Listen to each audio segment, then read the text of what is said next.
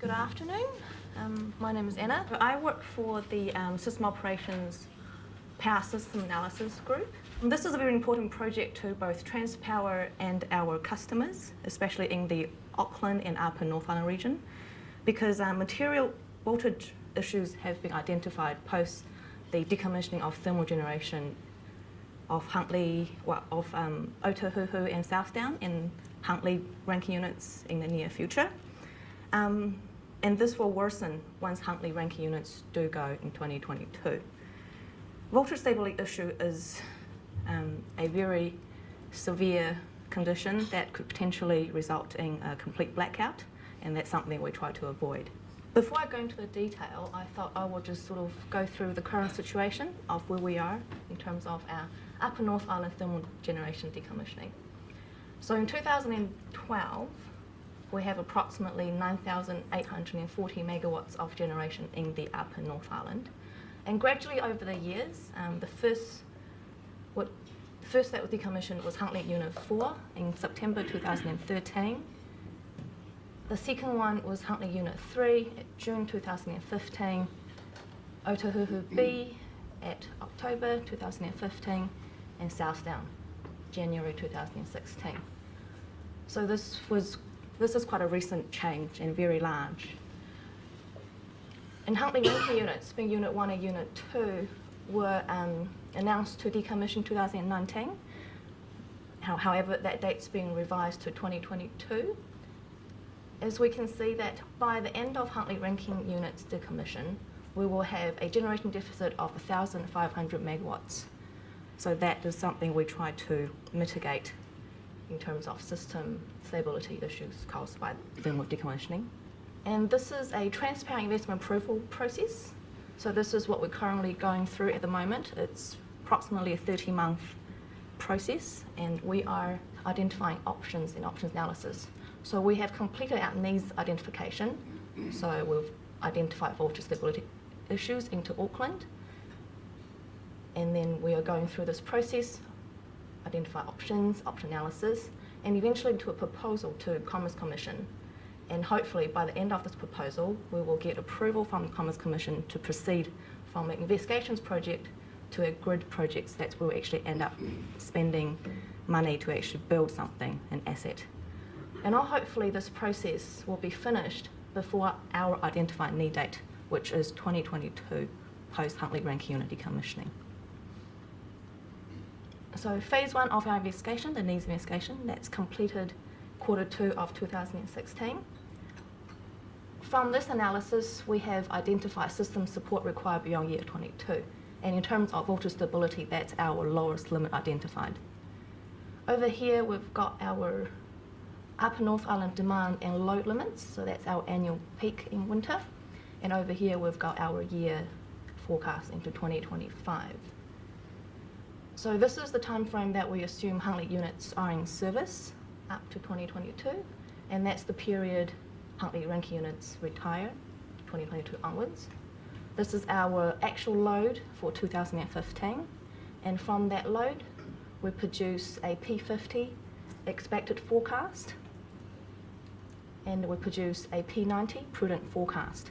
So P50 forecast is a forecast that if you have a 10-year period, 5 years out of that 10-year period, you expect to exceed this P50 forecast. When you have a P90 forecast, you expect only 1 year out of that 10-year period would exceed that forecast.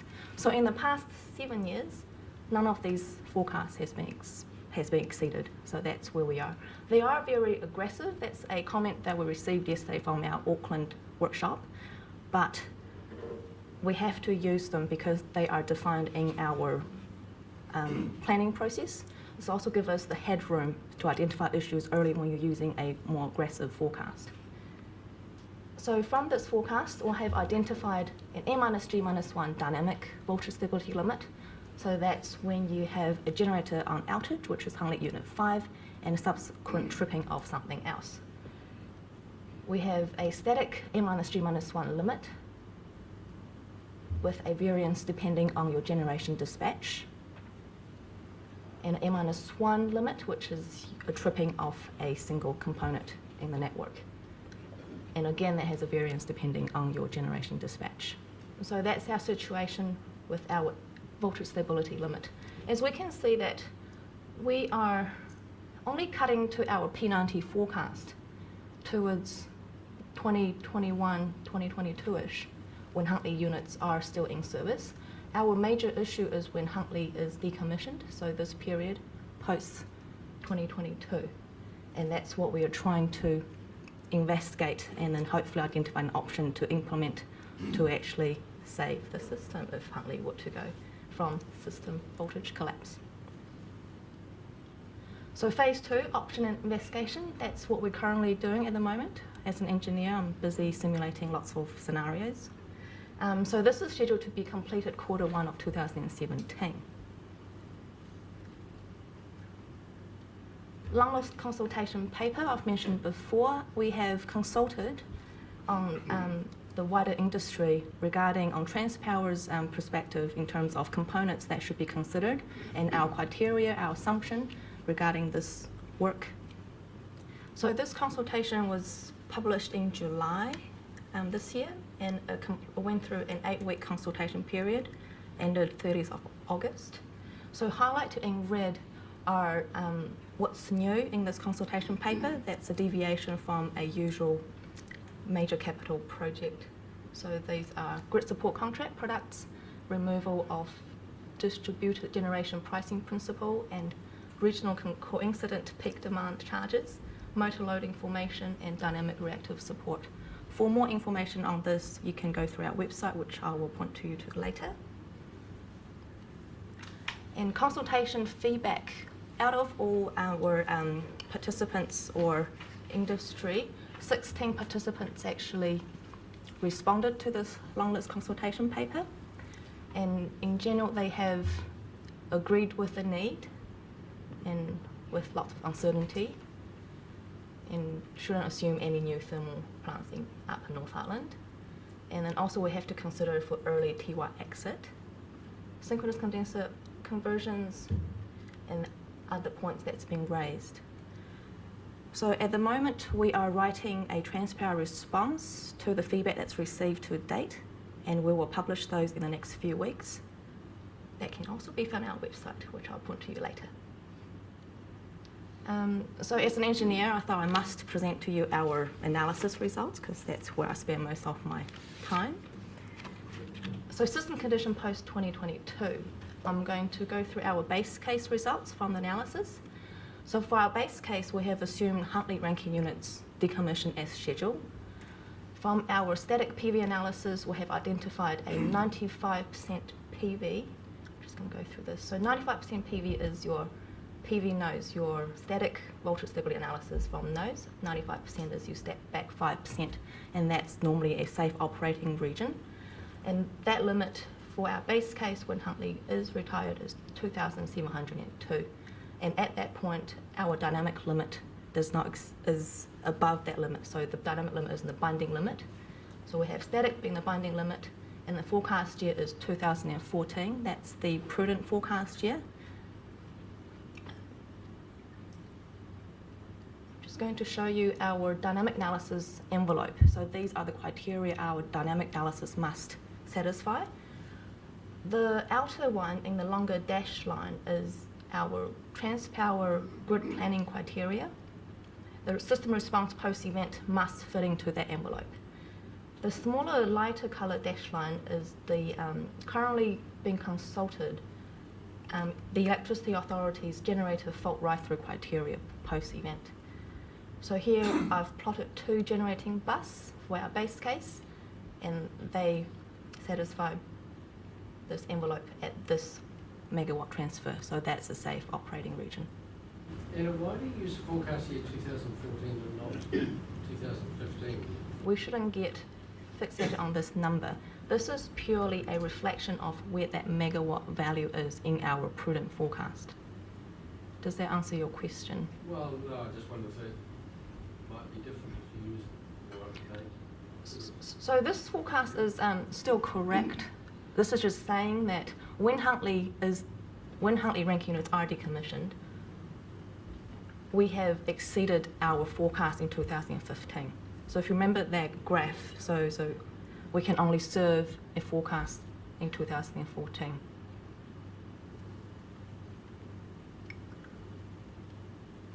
And from our base case analysis, we have identified low voltage issues in the Central North Island and Waikato area. So here we've got dash line, meaning our PV at nodes. So this our bus voltages when you add the PV nodes simulation. So they are very low. When we do step them back to 5% of the PV nodes, they are slightly better, but not substantially. So the red line is our Taranaki bus voltage, the blue line is our Central North Island. So reactive power flow is something that's flows from voltage potential. So when you have low voltage issues in these regions, reactive power will flow into that region to support its transfer. We have identified that even if we start investing equipments around the Upper North Island to solve our actual problem, the amount of reactive power actually going to these regions to boost it up. So our investment won't be as efficient or effective. So as part of our overall investment package, we will have to address the need of raising these bus voltages first before our investment can be more effective for the Auckland region. So the investment in these areas will also be included into our study. So in terms of shortlist components that we are considering, individual components are generation. So Huntley ranking units, this entire investigation or investment is based on Huntley ranking units being decommissioned. So we are just trying to understand if Huntley units were to stay in service, how far away are we from those voltage stability limits? And also along our components, we study synchronous condenser conversions. So we will assume Huntley ranking units operate as synchronous condensers post the decommission, and also the possibility of converting south-down generation into synchronous condensers. We will study static synchronous compensators, known as STATCOMs, and we'll study static via compensators, shunt capacitors, and then series capacitor. So for series capacitor option, we are studying the following combination. So the existing system, 220 kV system between Whakamaru and Brown Hill Road. So that's our series capacitor connection. We'll also study the conversion, upgrading those two lines to operate at 400 kV. Along with an option with and without third cable between Brown Hill and Otahuhu. So that's the third cable over there. So these are the agreed shortlist components that we are studying at the moment. Development plan and economic analysis. So this will just give you a rough idea of the process that we're going through. So first we will assess each individual components by itself. So we have a base case, meaning there's no investment being made, and we'll have a PV nodes, PV 95% value, and whether your dynamic would pass or fail at that point, and then corresponding forecast year. And we'll have a cost. So my understanding is that will be the cost of doing nothing. Option 1, component 1, will also conduct the same study. So from your base case, you're adding a component and see how far you can push those limits out to. So we'll do those for individual components and gain an understanding of the benefit of individual components and also the costs of individual components. So this is engineering driving economics at this stage. And in terms of our development plan, so we will go through a horizontal study period. So if we'll assume first year a component is in service and see how long it will give us the room for. And another year 2, we'll have another component, see how far we can push the limit to until we have to meet our 2045 load forecast. So 2045 is our entire investment time that we must analyse. The reason being such a long period is because we have to understand the impact of our investments. So that's our study period. However, we're only submitting or requesting funding from the Commerce Commission for the first 7 to 10 years. So that's a more realistic time frame for our investment proposal. So phase 2 of our project is scheduled to complete in Q4 2018.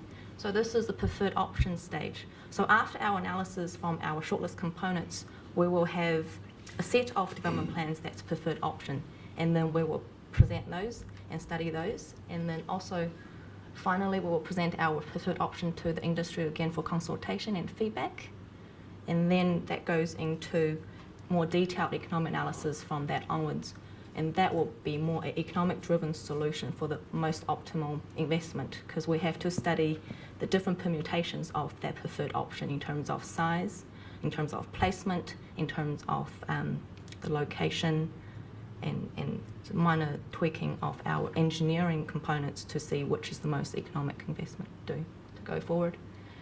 So for phase 3, we've got a couple of key milestones to hit. Our shortlist consultation on preferred option, major capital expenditure submission to Commerce Commission, and hopefully going through that process, we will demonstrate that there is a need for this investment, and also we have done our analysis thoroughly, and then what's been proposed is the most economic solution going forward. And then by the end of all this, Commerce Commission will give us a final tick, and then we will transit this investigation project into a grid project and start putting assets into the system. So presentation summary, we've completed our needs investigation. We're currently going through options investigation, and the next phase is for our preferred options. All of our information is published on this website, the Uni Voltage Management Project site. You can access this from Transpower website. It's a very open process what we're doing, so all feedback is welcome. Anna, the question you had yesterday, I guess, the purpose of this is to give us some options when or if the Rankine unit's closed. What's the plan if the Huntly Rankine unit's close early? I think that's where the grid support contract comes in. That's been proposed. We could potentially enter into a grid support contract to contract Huntly Rankine units to operate until such date our investments are made. So that's been proposed into the long list consultation. That's been agreed as well. Because as I've shown in our graph, our limits really bind when Huntly Rankine units do decommission. And if they were to operate for indefinite period of time, then this investment might not be needed.